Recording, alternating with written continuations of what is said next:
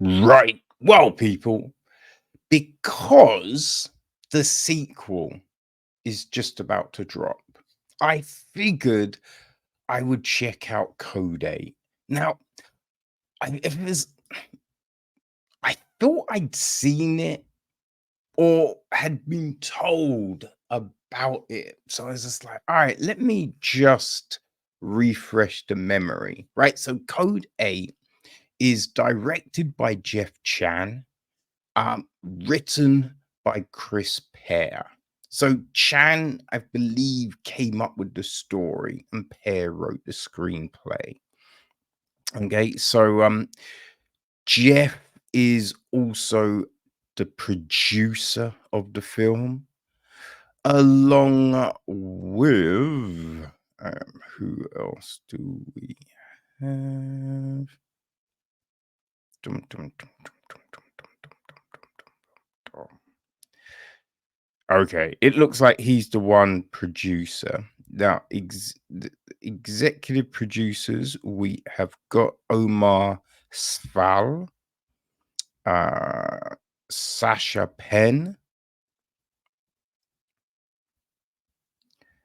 we've got Lee Kim, Song Kang, and Robert Jones. Lainey Goodry and Sissy Goodry. Wayne Mark Godfrey. Eric Dieppe. Dave Conlon.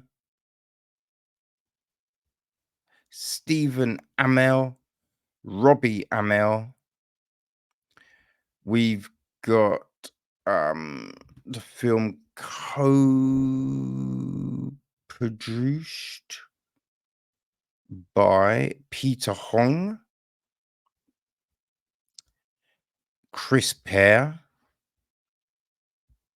It's co-executive produced by Bertrand Trepanner, David Thompson, Daniel Sun, Elizabeth Richards. Who else do we have? Nav Gupta.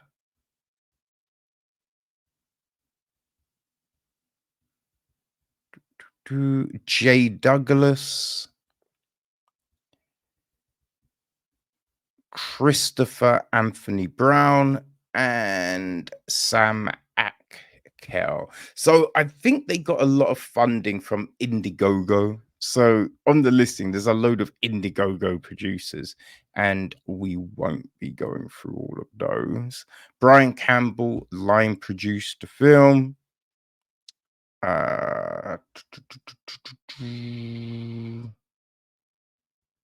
Yeah, I think Effie Papadopoulos also line produced. And that's it. Right. Music is from Ryan Tabot, even. Alex Disonoff handles cinematography. Paul Skinner edits the piece. John Buchan and Jason Knight took care of casting. Chris Crane is production design.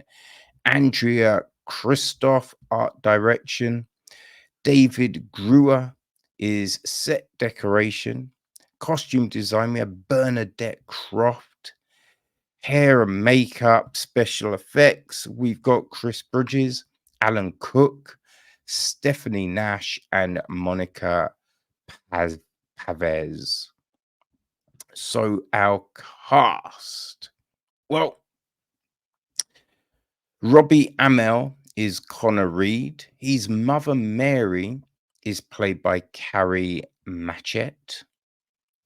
We've got Connor's friend Travis, played by JJ Jones. There's also Garrett, played by Stephen Amell. Right. We've got Captain Milltown, played by Martin Roach. There's Davis, played by Aaron Abrahams. Park, played by Song Kang. We got Dixon, played by Sean Benson. Kingston, played by Alex Malia Jr. Right. We have got Marcus Sutcliffe, played by Greg Bryk. And Nia, played by Kayla Kane. Copperhead, played by S. Hood Mustafa. Wesley Combo, played by Peter Outerbridge. All right. Rhino, played by Simon Northwood. Freddy, played by Vlad Alexis. Maddie, played by Lasella de Olivia. Dun, dun, dun. Boy, who else do we have? Big Joe, played by Lawrence Bain.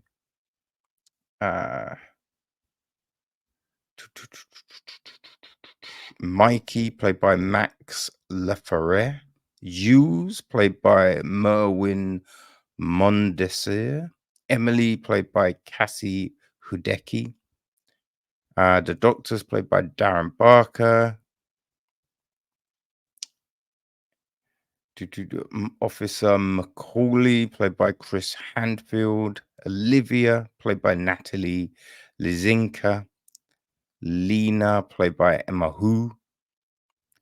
Nia's dad is played by Herschel Ando. So yeah, that's probably our main group of people. I think the reporter is played by Aneka Elliott. Okay, so the gist of the film is this: in a world where people with special abilities are living in poverty, Connor Reed is a powerful young man who is struggling to pay for his ailing mother's medical treatment. To earn money, he joins a lucrative criminal world led by Garrett, who works for a drug lord. So yeah, that's the gist. Now, it's kind of an interesting concept, right? I mean, it's not an original concept, you know? There's been so many, I mean, it's like mutants, in the comic books. There was like, I forget what the mutant growth hormone. I think that was even in the cartoons, right? There's another drug that was in Alias, which was like from mutants and stuff on the streets, giving people power. It just, it's just it's concepts we've seen, but it can still work. Like, there's a thing that said though, that the city was built by the people with powers. Right, until machines came and took their jobs. And it's a bit like, wait, what? I don't like that doesn't make any sense because we had machines, right, building cars and all of that thing. So there's normal people building stuff, then the Industrial Revolution, right? You had machines start coming in, and that's a thing, right? So to be like, oh, then you got powers to come in and do the work the machines were doing until even newer machines came. Like, what? Because powers still wouldn't be able to get the job done quicker than any of the machines. It's just like, yeah, it doesn't really make sense as a concept. But we have these drugs on the street. People with powers can't get proper jobs, so they're day laboring, bit like, illegal immigrants, as it were. So we have all of this, but they're doing their thing. Now he falls in with this gang because he's trying to raise money for his mum. But it's like they're meant to be hard. You wouldn't necessarily think they're that hard up, right? It doesn't really look like anyone's missing meals or anything like that. His mum's working. Like, he's the reason his mum, like, kind of loses her job. She doesn't really, but she kind of does for a bit. Like, it's his fault.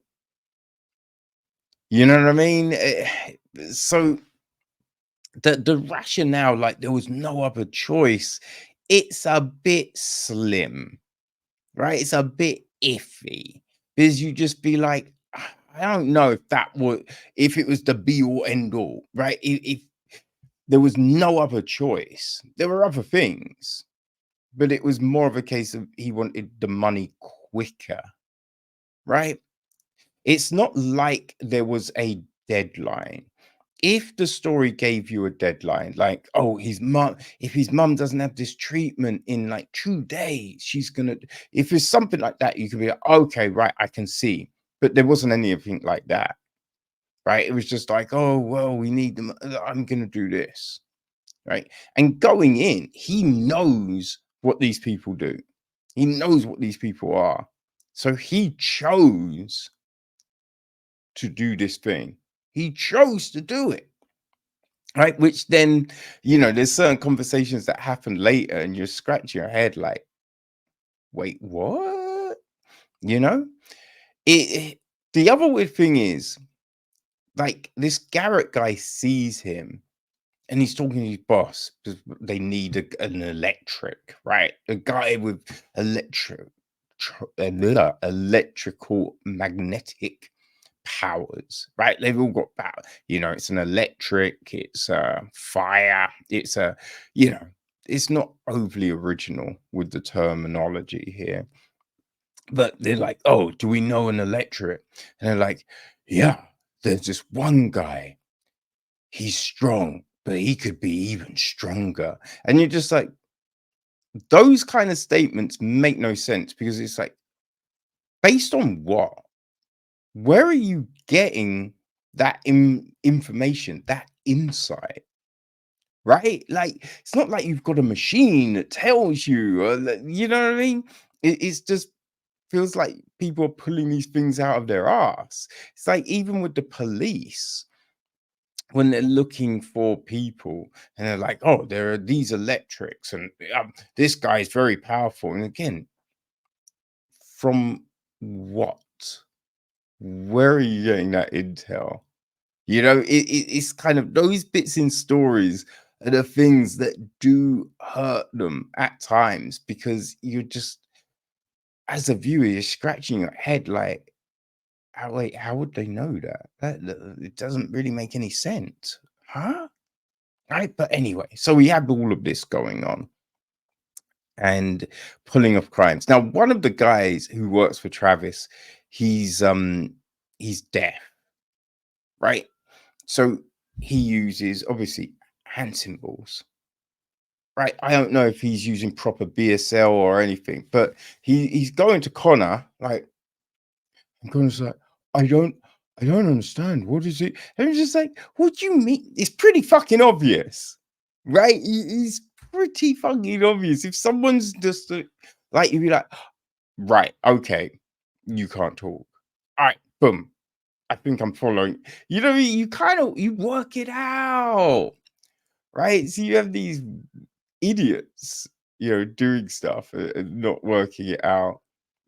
But yeah, then the big boss, right? We got this big boss who Travis works for, right? Marcus. And then there's this young woman, Nia, who works for Marcus. She's a healer. Now, we find out more about her later on in the film, about her abilities and stuff like that, which, like, I feel there needs to be some explanation, because how is she alive? You know? But, all of this kind of dynamic is becoming a bit clearer, right? So you've got these jobs, and the police have these things like the Guardians. They have these big drone kind of ships, and Guardians, these robots that police and everything like that. So they're meant to be stopping these crimes and the criminals and keeping these powers in check, which is all fine, right? It just, story wise, it feels a little bit flimsy, you know, and just, I think there's something that happens that throws everything into disarray, which you're kind of like, I mean, if no one can see this thing going in this direction, these are a bunch of morons, right? Because it's pretty fucking obvious what's going to happen. Like, you can see it a mile off. You know what I mean? And so, yeah, it's, the story's fine, but it's just unremarkable. It's kind of unremarkable, right? The use of powers, that's pretty decent, right? At times, although when Connor uses his powers, it's always making these weird noises, and you're just like, I mean, can't do it without the noises, right? But it's all fine. It, effects wise, for an indie film, it's pretty good, right? It's pretty good with all of that. Like that the end of this is a bit, like, yeah, it's a bit nah. The way it all finishes up. But you are looking at it, and it is basically going, there will be more, right? So the fact that we do have the sequel dropping shortly isn't really a surprise, right? Now, Connor is not a good guy. He's not a good guy. And there's something that he does to a character which is crazy.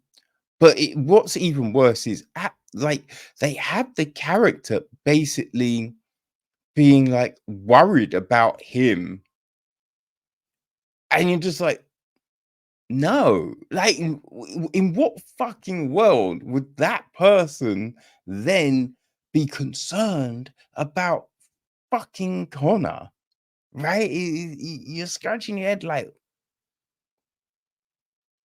what? What are we doing here? This is insane. This is crazy, you know?